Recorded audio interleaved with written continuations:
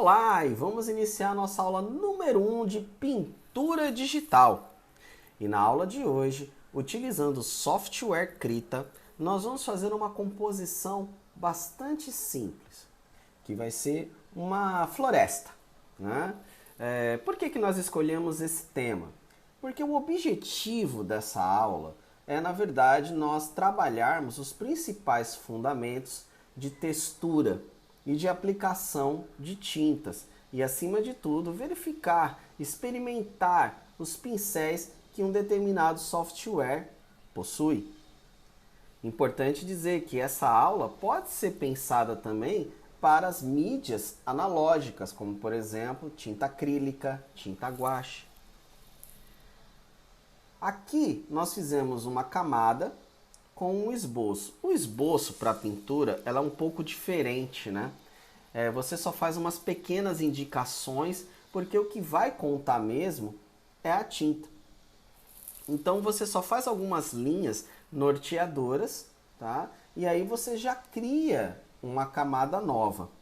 Aqui eu vou trabalhar como se fosse uma tela de verdade, uma tela física.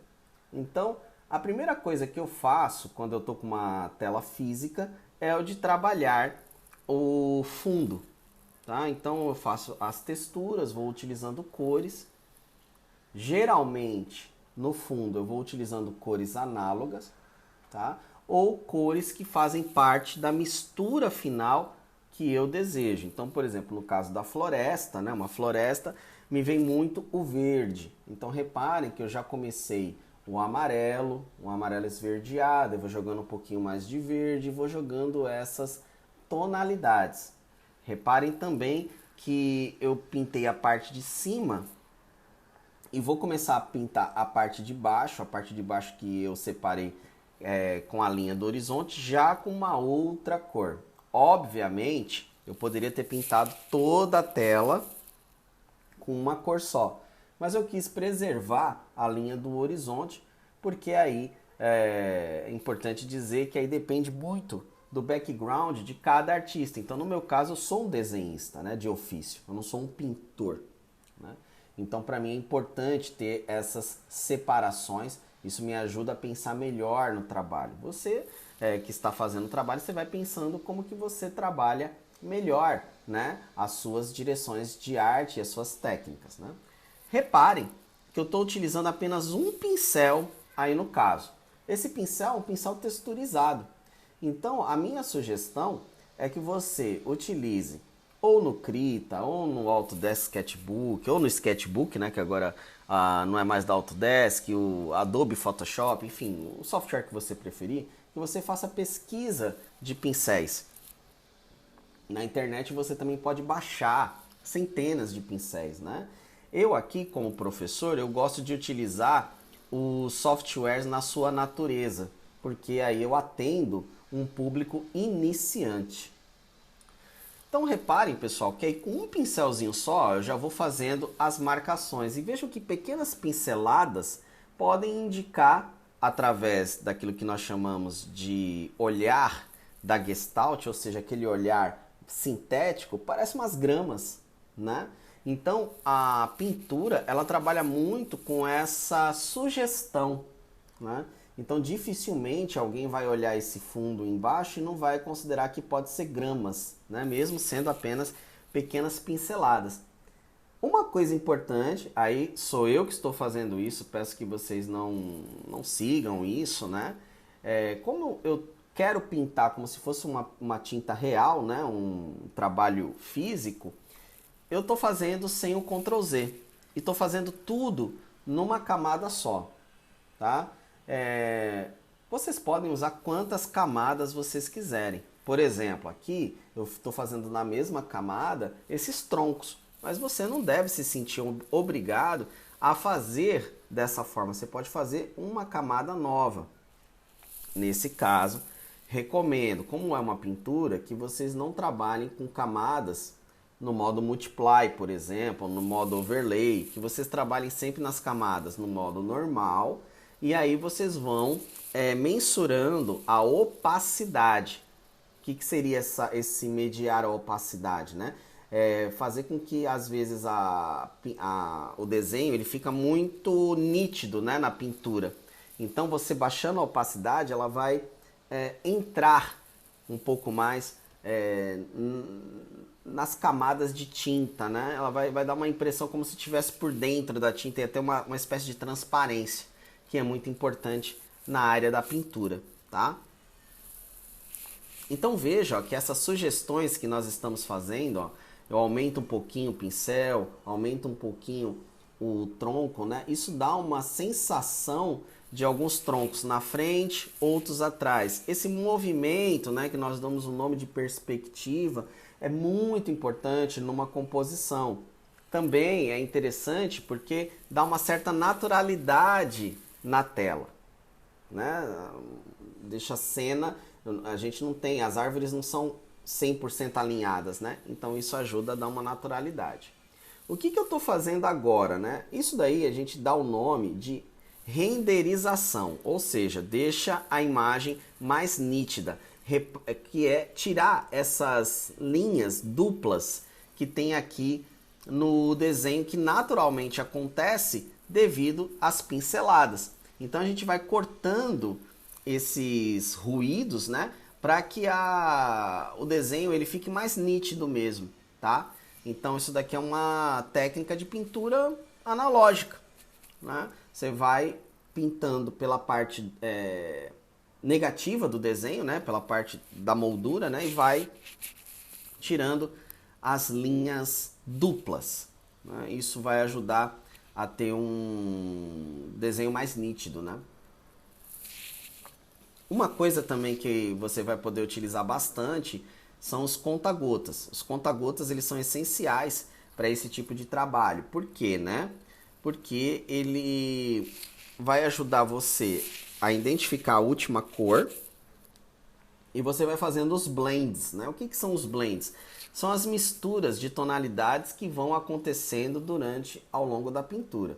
Uma coisa que é importante é você ser flexível em relação aos acidentes de cores. O que significa isso, né? Você vai pegar o pincel e você vai utilizar as cores, vai pintando e tudo mais. E vai ter alguns blends que de repente você não cogitou, que você não pensou, mas que estão ali e que de repente fez um trabalho interessante. Então, ao invés de você simplesmente confiar demais numa paleta definida de cores, não, tem que ser essa paleta e eu não posso sair dela, aceite alguns acidentes que podem acontecer ao longo do desenho. Isso vai deixar a pintura muito mais orgânica. Uma coisa bastante importante também, que serve como uma orientação, particularmente eu gosto de deixar o pincel com um pouco com a opacidade um pouco baixa. Por que isso? Porque quando eu dou uma pincelada, ela vai estar mais leve. Se eu der duas, aí ela começa a aumentar a cor. 3, 4, 5, até chegar naquele 100% de opacidade, né? Ou seja, bem sólida a cor, né? Então eu gosto de trabalhar essas gradações, porque no dia a dia da pintura nós fazemos isso, só que a opacidade ela vai ser uma espécie de diluente, né? Que é muito comum na pintura. Quando a gente pega, por exemplo, a pintura a óleo, o diluente vai ser um óleo de linhaça, vai ser uma terebentina. Se você está utilizando as aquarelas, né? Então, acrílica, guache e aquarela, né? O diluente vai ser água. Se você está usando tinta esmalte, o diluente vai ser água ras, vai ser thinner, né? Então, vai depender muito do diluente que você está utilizando, né? Então, aqui no caso, esse diluente vai ser a opacidade, vai ser o pincel. E aí você vai estudar, vai ver qual é a opacidade que você prefere. Pode ser 50%, 60%, pode ser 20%. Vai depender do seu objetivo de trabalho, tá? Então vejam aqui, ó, que a gente vai construindo a cena, né? E vai colocando todas as tonalidades de uma cor análoga, né? Você pode ver aqui que está se utilizando tudo do verde, né? Os amarelos, os azuis. E aí, uma sugestão é usar pequenos toques complementares, como nós estamos fazendo aqui. Por que esses toques complementares? Porque eles vão ajudar a criar um contraste entre cenas. Então, pequenos toques na árvore, fazer algumas árvores atrás com tonalidades complementares, como por exemplo esse marrom avermelhado, né? Fica muito interessante, dá um toque jovial na ilustração e a ilustração ela não fica tão monossilábica, né? Quando você trabalha só tonalidades análogas, fica uma espécie de um discurso único, né? Então esses pequenos toques de cores complementares são bem interessantes. A mesma coisa em relação às tonalidades neutras, né? Como a gente está agora fazendo aqui. A minha sugestão é que você não utilize o branco puro, que você utilize o verde com uma tonalidade menor, mais desaturado. Isso vai ajudar a fazer uma luz, mas não vai ser uma luz tão gritante. Se você quer utilizar luz de fato, aí a minha sugestão é novamente que vocês trabalhem com cores complementares. Vocês podem verificar que o vermelho aqui ele tem muito mais força, né, do que, por exemplo, esse branco sujo, né, digamos assim, de verde. Outra coisa também é de vocês utilizarem os tons mais escuros. Os tons mais escuros eles vão ser utilizados para você dar mais renderização na imagem também. Só que você não utiliza simplesmente como num desenho em quadrinhos, né? Você não vai pegar o galho e fazer uma árvore totalmente escura, né? Você vai fazer como se fosse uma sombra. Isso também ajuda a dar destaque em relação às figuras. Claro que você tem que tomar cuidado, por exemplo, muito lá atrás, né? Por exemplo, aquelas árvores que estão ao fundo, você vai fazer pequenos toques, você não vai deixar totalmente escura. As que estão mais à frente, aí você pode usar mais as tonalidades escuras, que aí vai fazer um pouco mais de sentido. Claro, tudo dentro da intenção que você pretende trabalhar essa imagem.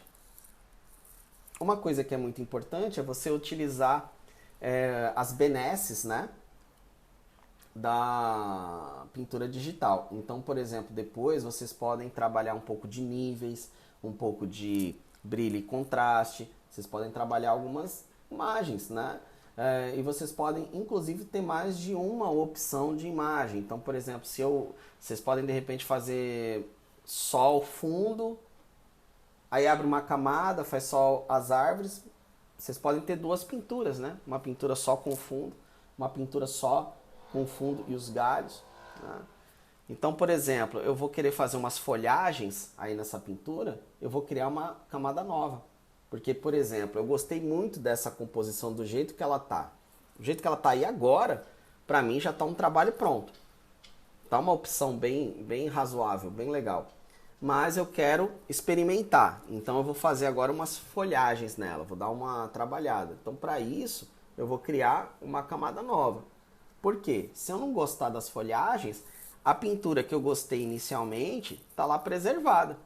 E isso é muito importante nessa área de pintura. Inclusive, em termos comerciais, eu já tenho duas ilustrações. Eu tenho uma que está na minha cabeça, que é essas árvores com folhagens, mas eu tenho também ela só com os galhos.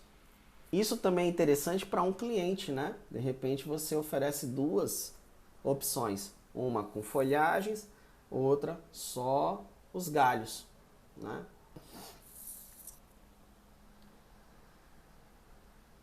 Uma coisa que é muito importante, pessoal, é você ir trabalhando a renderização de maneira que fique bastante espontâneo o desenho, tá? Então, por exemplo, aqui, ó, a linha do horizonte não estava ficando boa. Então, o que eu fiz? Passei por cima, né? Isso é muito comum na pintura analógica, tá? Por exemplo, se for pensar na pintura digital estritamente, né?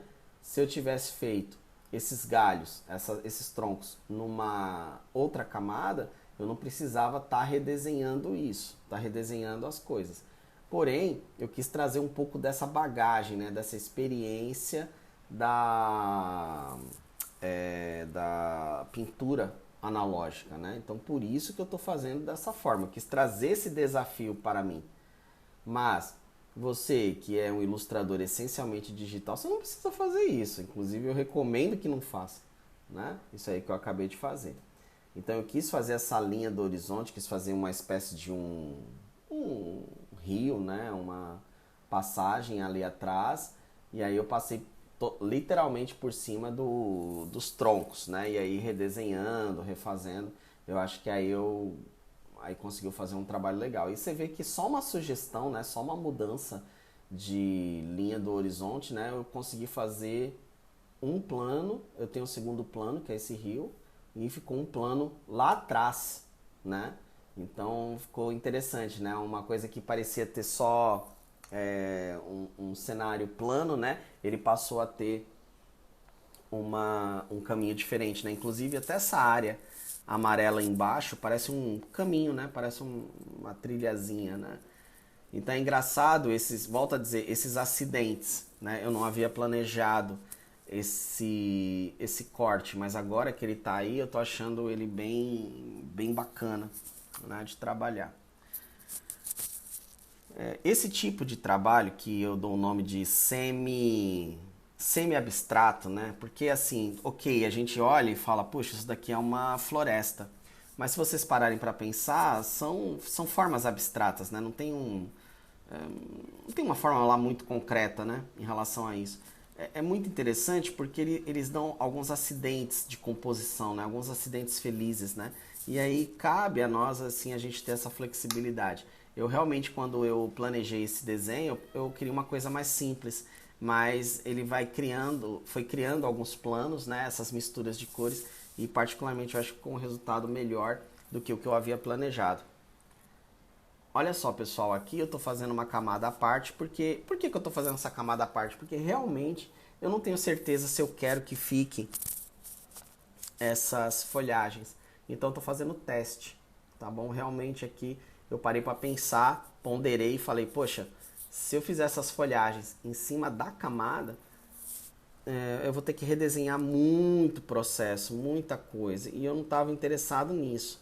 Então, pensando dessa forma, eu acabei fazendo uma camada nova, né?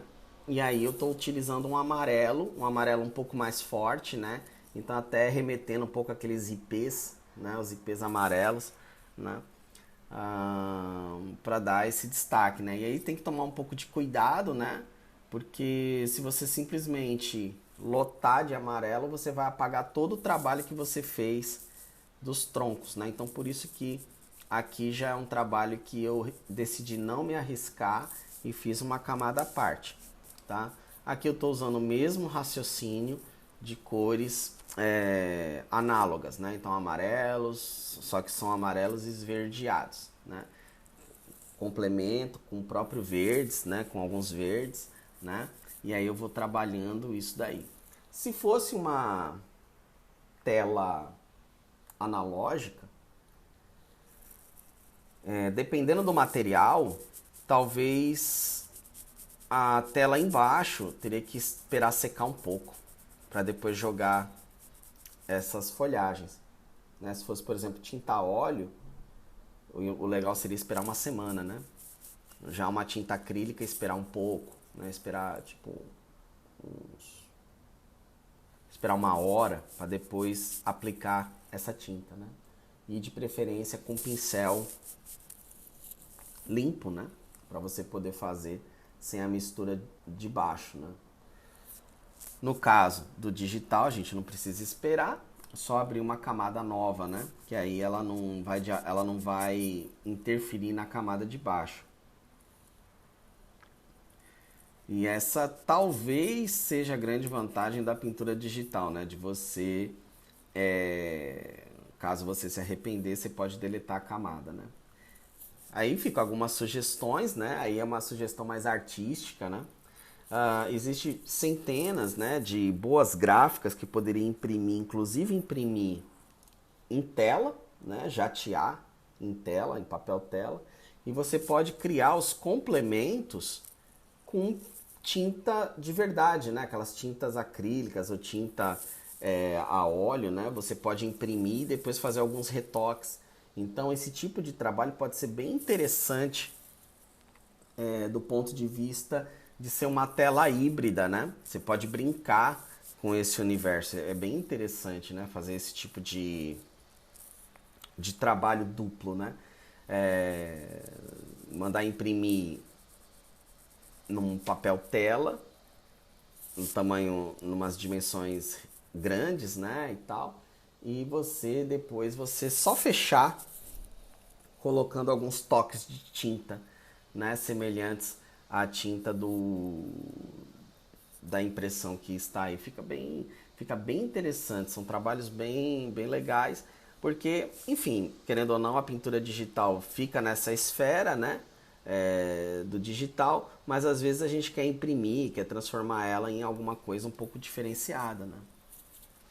Aqui, pessoal, estou utilizando a borracha, porque eu quero que algumas áreas apareçam, né, no tronco, né? É isso que eu já havia dito, né? E aí volta a dizer a vantagem de estar numa camada. Outra vantagem é de você trabalhar as opacidades, né? Então, de repente, trabalhar uma mesclagem, alguma coisa do gênero, né? Você pode brincar com esses universos, né? Vai depender muito da sua intenção, né?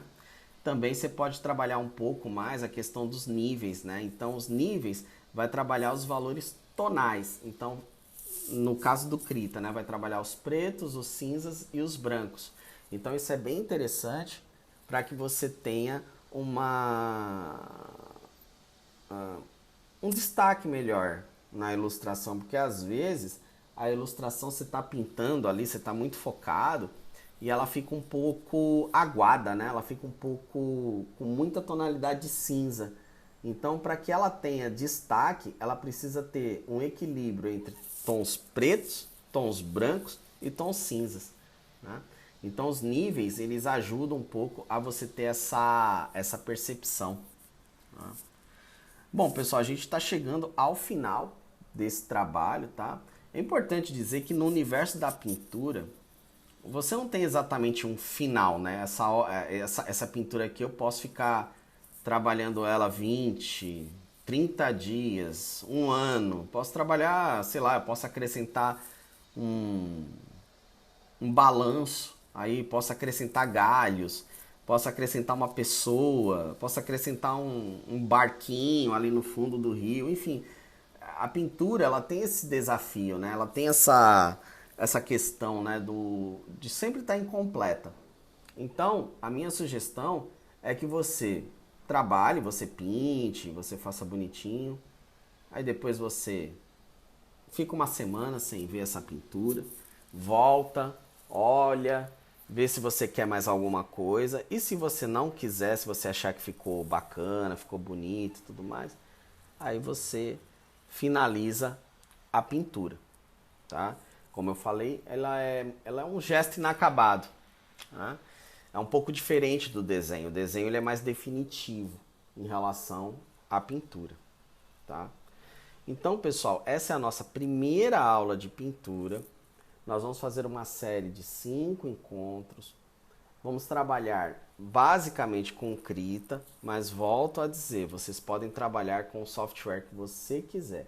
A única recomendação é que vocês não trabalhem com softwares vetoriais. Por quê? Esse tipo de efeito no vetorial, ele demanda muita memória. Então vai ficar um arquivo muito pesado. E se você mandar imprimir, às vezes esses degradês eles quebram no software vetorial. Ou seja, não vai ficar o resultado que você olha na tela, tá certo? Então, pessoal, se vocês gostaram desse conteúdo, peço que vocês compartilhem. Se vocês quiserem acompanhar essas aulas e outras, se inscreva no canal.